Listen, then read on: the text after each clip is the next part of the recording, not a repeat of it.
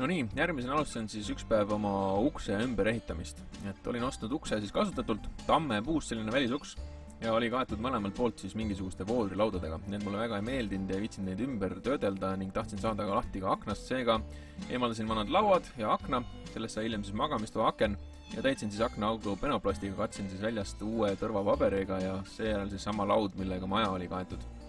Ja siin on näha, et plaadile pidin ehitama ka luku ja lingi jaoks augud, nendega pidin siis mitu katset tegema, et need hästi välja tuleksid. Ja sissepoole uksel jäi siis fooliumpaber, mis kattis lõpuks ka kogu maja soojustust seestpoolt. Jätkasin ka voodrilaudade löömist, aga 3-meetriste laudade üksi paigaldamiseks pidin mingi nõksu välja mõtlema, seega mõtlesin täpselt löödud laua üleäärde liistunaelad ja siis järgmise laua toetasin nende peale nii kauaks, kui kruvidega siis kinni lasin. Siin siis ka paar pilti nüüd sellest, kuidas ma virisesin selle materjali üle, sest otsad on nii-öelda kõverad ja vigased, need on saejälge näha ja tihtipeale ka õhenesid otsast, ehk siis läksid nagu lõpuks õhukseks. Aga nagu ka eelmises osas näitasin, siis elasin maikuu antud karkassis, mida ma siis lammutasin ja toitusin siis iga päev grilli peal tehtust, et siin on ka kartulid, sibulad ja vahest ka kuivatatud särg ja muidugi ka muud köögivilja sai tehtud. Varsti asusin katust tegema. Sai siis igasugused talad sinna pandud, siin on näha, et materjali nappis, aga katus oli vaja peale saada, et maja siis püsiks koos, kui ma sellega mujale kolin. Ja järgmisena läks peale siis kondentsikile nii-öelda ja usinasti jätkasin siis paralleelselt selle katuse tegemisega ka voodrilaudade paigatamist. Aga peale kile läks siis peale need nii-öelda liistud, mille peale omakorda plekk kinnitus. Plekki sain loomulikult sellest maja karkassilt ja sinna otsa ronida oli väga selles mõttes mõnus, mulle meeldib igasugust ronimist ja värki teha, siuke võib-olla lapsepõlve mingi teema on ikka veel sees ja siin on ka ühest videost järgmisest näha, et kui ma niisama risti üle pleki ei ulatunud kruvisid lahti keerama, siis pidin nagu ühe käe jalaga põhiliselt toetuma ja teisega natuke sirutama, et siis saaks kruvid igalt poolt lahti. Ja ega see nii-öelda kõige mugavam ei ole, aga mõnus nii-öelda kalisteenika ja kehatrenn sinna juurde. Et niimoodi ongi elu põnevam. Kui siis vajaliku hulga plekke olin kätte saanud, siis katsin selle nii-öelda tühjaks võetud katuse koormakilega.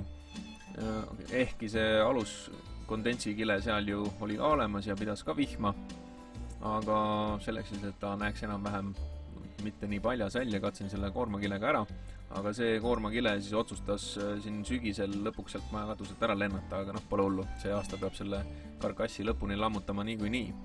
Vahelduseks sai tegutsetud voodriga, kui jälle ka osa katust peal oli, siis jätkasin voodriga, vahepeal muidugi mul said ka lauad otsa, sellepärast jäi ka voodri tegemine pooleli, pidin uuesti juurde tellima neid, et siis mõni väike nurk ära lõpetada. Ja kuna tol nädalavahetusel oli mul siis laenuks võetud redel katuse tegemiseks, siis seda oli ka hea ära kasutada nende kõrgete külgede panemiseks. Aga siis juhtus üsna varsti siuke asi, et oma lolluse pärast lõikasin ketassaaega pöidla otsar riibadeks, aga ei olnud hullu, kohe jooksin, panin vere kinni plaastri peale ja siis viskasin sõrme jääkoti vahele ja jalad üles, sest ma tean, et mul on kombeks vahest minestada. Aga siis töötasin 9 tundi edasi ja kell 4 hommikul otsustasin EMO-sse sõita ja seal siis tehti tuimestused ära ja hakati seda näpuotsa nokitsema ja see avastati, et polegi vist õmmelda midagi. Lõigati lahtised nahatükid ära ja side pandi ümber ja kogu moos. Sõitsin tagasi ja magasin mõned tunnid ning hiljem hommikul siis viimistlesin katuse ja tegutsesin edasi. Siis käisin ära vahepeal Hiiumaal ja oligi aeg see maja sealt ära kolida teise kohta. Järgmine koht oli Nõmme. Ja autobussiga sellest teekonnast nii-öelda Kopli külje alt Nõmmele ei ole küll videot, aga siin esimene video koha peal, kus siis üks looduslik sõber mind tervitas, ehk siis väike oravakene siin ringi jookseb. Would you chase him? Would you fall down?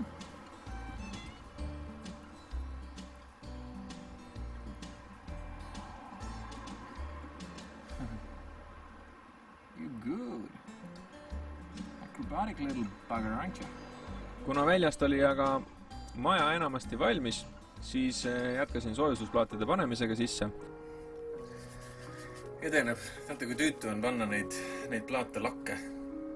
Esiteks pea alaspidi vahu panemine, teiseks need teravad nurgad siin, et saada kõik nii pandud, et ei raiskaks liiga palju materjali, ehkki tegelikult ilmselt ma ostsin penoplasti liiga palju ja pean ausalt tagastama. Siiski mulle ei meeldi tekitada siia maailma prahti. Aga minimaja edeneb.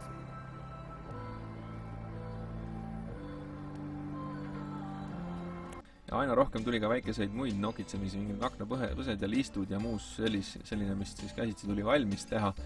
Ja selline pisike täpne detailide nokitsemine ei ole minu lemmiktegevus.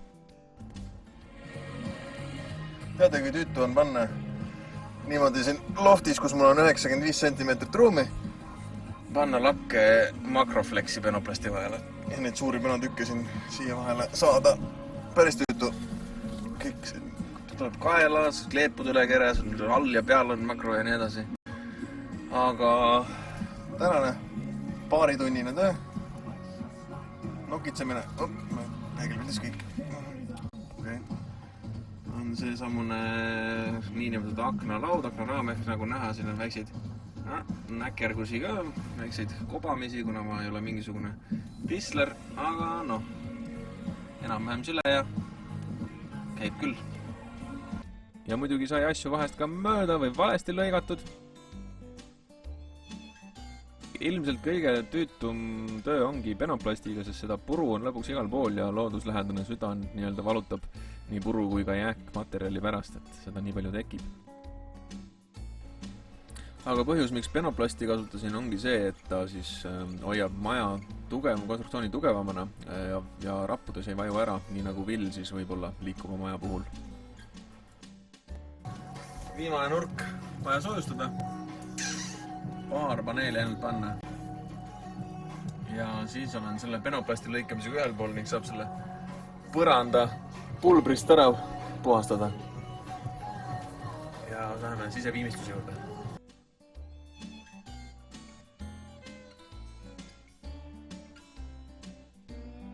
Lisaks siis sellele, et aega läheb mõnele asjale kauem kui arvestatud päris tihti, läheb aega ka selleks, et vahepeal paus teha mõelda, kuidas edasi, sellepärast, et kui sul täiuslikke plaane ei ole, nagu businessis ametlikult käib, siis peab tükk aega vahest leiutama, et kuidas siis ikkagi mingi asi lahendada. Aga lõpuks sai alustada seinakatte paigaldamisega ja peaks ütlema, et lõpptulemus tuli täitsa hea välja. Aga kuna ma elasin siis kogu maja ehitamise ajal seal ka ise sees, alates siis juuni esimese nädala lõpust saati olen siis tänaseni seal sees elanud ja siin on siis taustal näha ka, kuidas seal siis magamine käis aeg-ajalt ja muidugi hommikusöögi tegemise asjad taustal samuti, gaasi, priimus ja pann muna plaadimiseks. Vahelduseks oli siis siseviimistlusele hea väljas nokitseda, näiteks need nurgad ära panna, aga nagu ikka, et mõtled, et kiire töö, aga lõpuks need mõõtmised ja proovimised ja sättimised ja lõikamised läks ikka tund või mitu selle asja peale. Peab ütlema, et peale jälle paari päeva nii-öelda mõtisklemist, ehitamist, vedamist, tegemist on sellest maja ehitamisest ja sellest majast võib-olla isegi öelda kopperi sees, et oleks ta juba valmis. Kogu aeg tuleb mingeid takistusi ette, kogu aeg on midagi, mille peale ma ei mõelnud, tuleb ümber teha. Ja ärritav on see, et nii palju aega läheb, nagu ikka olen öelnud, et aega läheb mõtlemisele. Ja päeva lõpuks olid nii väsinud, aga nagu justkui tehtud ei olegi jõudnud midagi. Et jaa, võiks juba valmis olla see asi, aga ma ei tea, kas ma saan selle nii-öelda sooja suve lõpuks valmis. Aga jah, ei tohi alla anda, vaid tuleb panna käima õige lugu ja veel kõvemini edasi lasta.